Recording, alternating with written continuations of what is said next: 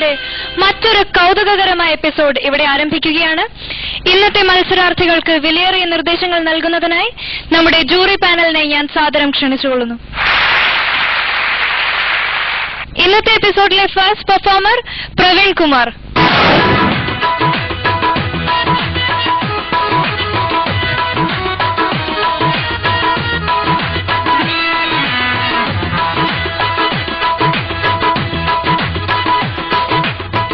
ഞാൻ KS പ്രവീൺ കുമാർ, മലപ്പുറം ജില്ലയിലെ നിലമ്പൂരിൽ നിന്ന് വരുന്നു. ഡിഗ്രി സ്റ്റുഡന്റ് ആണ്.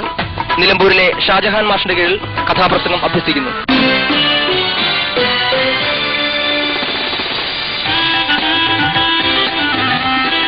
ഹായ്, എന്താ ചെയ്യണേ? ഞാൻ ഡിഗ്രിക്ക് പഠിക്കണം. പ്രവീൺ ചേട്ടന്റെ വീട് എവിടെയാ? മലപ്പുറം ജില്ലയിലെ നിലമ്പൂരിലെ കുറ്റിക്കാട് സ്ഥലത്താണ്. നിലമ്പൂരിലെ കുറ്റിക്കാട്. കുറ്റിക്കാട്. ഇങ്ങോട്ട് ജനിച്ചപ്പോൾ ഇതുപോലെ കുറ്റിക്കാടാണോ? ഇല്ല, പിന്നെങ്ങനെ കുറ്റിക്കാടാ? ഏതല്ലേ? ഇന്ന് ഏത് കഥയാ പറയണേ? ഭാരതപർവം.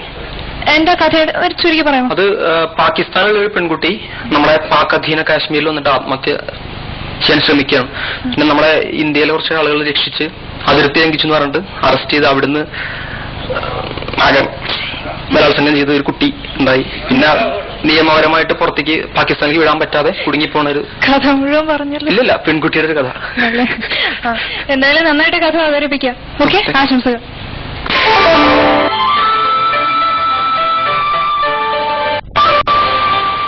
ഞാൻ അവതരിപ്പിക്കുന്നു ഭാരതപർവം. 1996 ആഗസ്റ്റ് മാസത്തിലെ തണുപ്പുള്ള ഒരു പ്രഭാതം. തിഹാർ ജയിലിലെ തടവുകാരായ പുരുഷന്മാരെല്ലാം അവരവർക്ക് നിർദ്ദേശിച്ച ജോലിയിൽ ഏർപ്പെട്ടു കഴിഞ്ഞു. സ്ത്രീ തടവുകാർക്ക് അന്ന് ഉച്ചവരെ പണിയെടുക്കേണ്ട മുലയൂട്ടൽ വാരം. അതെ, അവനവന്റെ കുഞ്ഞുങ്ങൾക്ക് അമ്മിഞ്ഞപ്പാൽ നൽകേണ്ടതിന്റെ ആവശ്യകതയെപ്പറ്റി അവരെ ബോധവൽക്കരിക്കുന്നതിനുള്ള മീറ്റിംഗ് ആണ്. പുറത്തുനിന്ന് സാമൂഹ്യ പ്രവർത്തകരും പ്രശസ്തരുമൊക്കെയായ കുറെ മഹിളാമണികൾ വരുന്നുണ്ട്. സ്ത്രീ തടവുകാരെല്ലാം അവരുടെ വരവും കാത്തിരിക്കുകയാണ്. അതാ അവരെത്തിക്കഴിഞ്ഞു. പാലിന്റെ മാഹാത്മ്യമോതുന്ന മാസമാണത്രേ പഞ്ഞമാസം. മഹിളകളാണേഴു പേരുണ്ട സംഘത്തിൽ ഏറ്റവും മുതിർന്നവർ ലീഡരത്രേ. അവർ പറഞ്ഞു തുടങ്ങി. പ്രിയപ്പെട്ട സഹോദരികളെ, 7 മക്കൾക്ക് ജന്മം കൊടുത്ത ഒരു അമ്മയാണ് ഞാൻ. 7 ഞാൻ എന്റെ മുലയൂട്ടി വളർത്തി. ഈശ്വര കാരുണ്യത്താൽ എനിക്കോ കുഞ്ഞുങ്ങൾക്കോ യാതൊരു അസുഖവുമില്ല. ഞാൻ പറഞ്ഞു വന്നത്, നാം നൊന്ത് പ്രസവിക്കുന്ന കുട്ടികൾക്ക് നമുക്ക് നൽകാൻ കഴിയുന്ന ആദ്യത്തെ നന്മ ആവോളം മുലപ്പാൽ നൽകുക എന്നതാണ്. മുലപ്പാലിന് പകരമായി ലോകത്ത് മറ്റൊന്നും തന്നെ ഇല്ലെന്ന് ശാസ്ത്രലോകം തുറന്നു സമ്മതിക്കുന്നു. പാലൂട്ടലിനെ ആരെങ്കിലും എതിർക്കുന്നുവെങ്കിൽ അവർ ദ്രോഹികളാണ്. കേൾവിക്കാരായ സ്ത്രീകളുടെ ഇടയിൽ നിന്നും ഏതാണ്ട് 10-25 വയസ്സ് പ്രായം തോന്നിക്കുന്ന മെലിഞ്ഞുണങ്ങിയ ശരീരം, കരഞ്ഞു കലങ്ങിയ കണ്ണുകൾ, വിഷാദം നിഴലിക്കുന്ന മുഖഭാവം. പാലൂട്ടി വാർത്തനം പോലും വളർത്താം, ഇടുക്കിയായി വളർത്താം. ഞാൻ കൊണ്ടുപോയിക്കോട്ടെ എന്റെ മോളെ. ആരൊക്കെയോ എതിരാണ്, ഏതൊക്കെയോ നിയമങ്ങൾ എനിക്കെതിരാണ്. അല്ലെങ്കിൽ ആർക്കും ഒരു ശല്യമാവാതെ ഞങ്ങൾ ഇവിടെ കഴിഞ്ഞോട്ടെ. പറയൂ, എന്തെങ്കിലും ഒന്ന് പറയൂ. കുട്ടി, നീ ആരാണ്? അല്ല, നീ എങ്ങനെ ഇവിടെ വന്നു? നിനക്ക് എന്താ പറ്റിയത്? എന്താണെങ്കിലും തുറന്നു പറയൂ. പാളികൾ പോലെയാ മുഖകമലത്തിൽ വിഷാദം പെയ്തൊഴിഞ്ഞമ്പരം ശോഭതൂകും മട്ടിൽ കണ്ണീര് പൂർണ്ണമാ മാഞ്ഞുപോയോ. അവൾ തന്റെ കഥ പറഞ്ഞു തുടങ്ങി. മാഡം, ഞാൻ ഷഹനാസ്, പാക് അധീന കാശ്മീരിലെ ഭീംദർ ജില്ലയിലാണ് ഞാൻ ജനിച്ചു വളർന്നത്. ഷഹനാസിന്റെ ഓർമ്മകൾ വർഷങ്ങൾക്കുള്ളിലേക്ക് ഊളിയിട്ടു.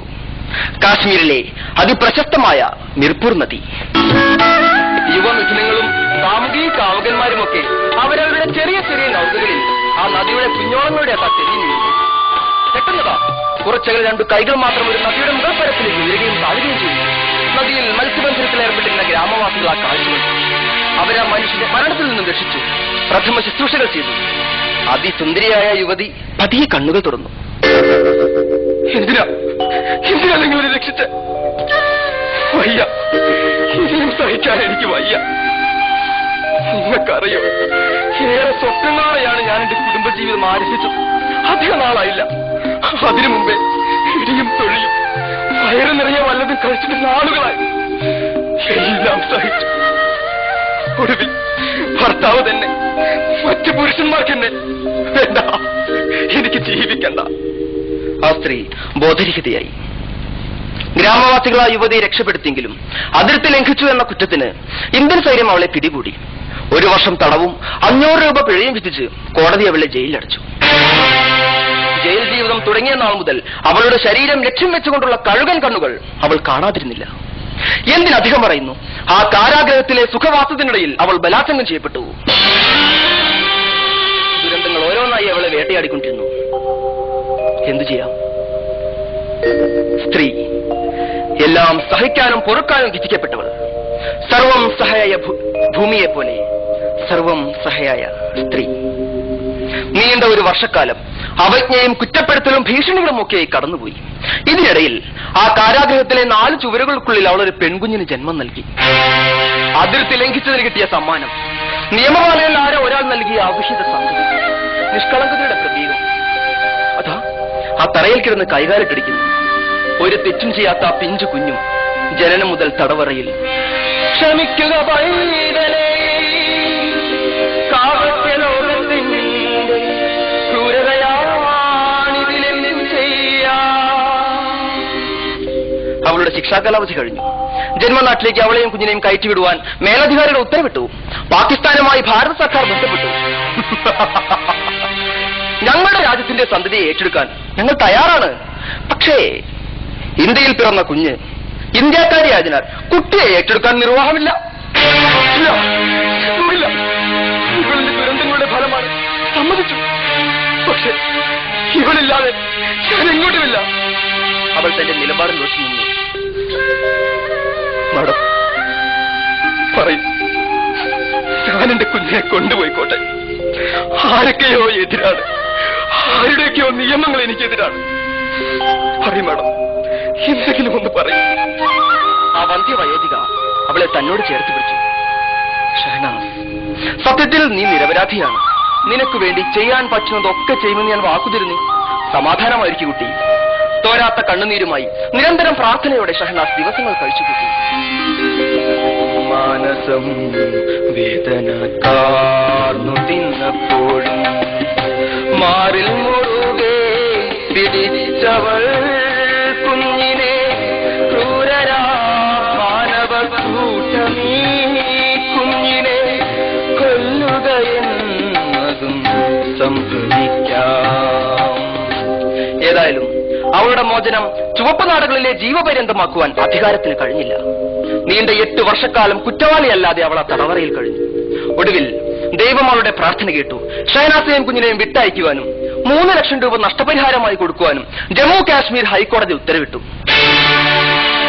ലോകത്തിലെ ഏറ്റവും വലിയ ജനാധിപത്യ രാജ്യം, സ്ത്രീകളെ ദേവതയായി കാണണമെന്ന് പഠിപ്പിച്ച ആർഷഭാരത സംസ്കാരം 3 ലക്ഷം രൂപയും ഒരു കൈക്കുഞ്ഞിനെയും സമ്മാനമായി നൽകിക്കൊണ്ട് ഉത്തരവാദിത്വം ഒഴിഞ്ഞു.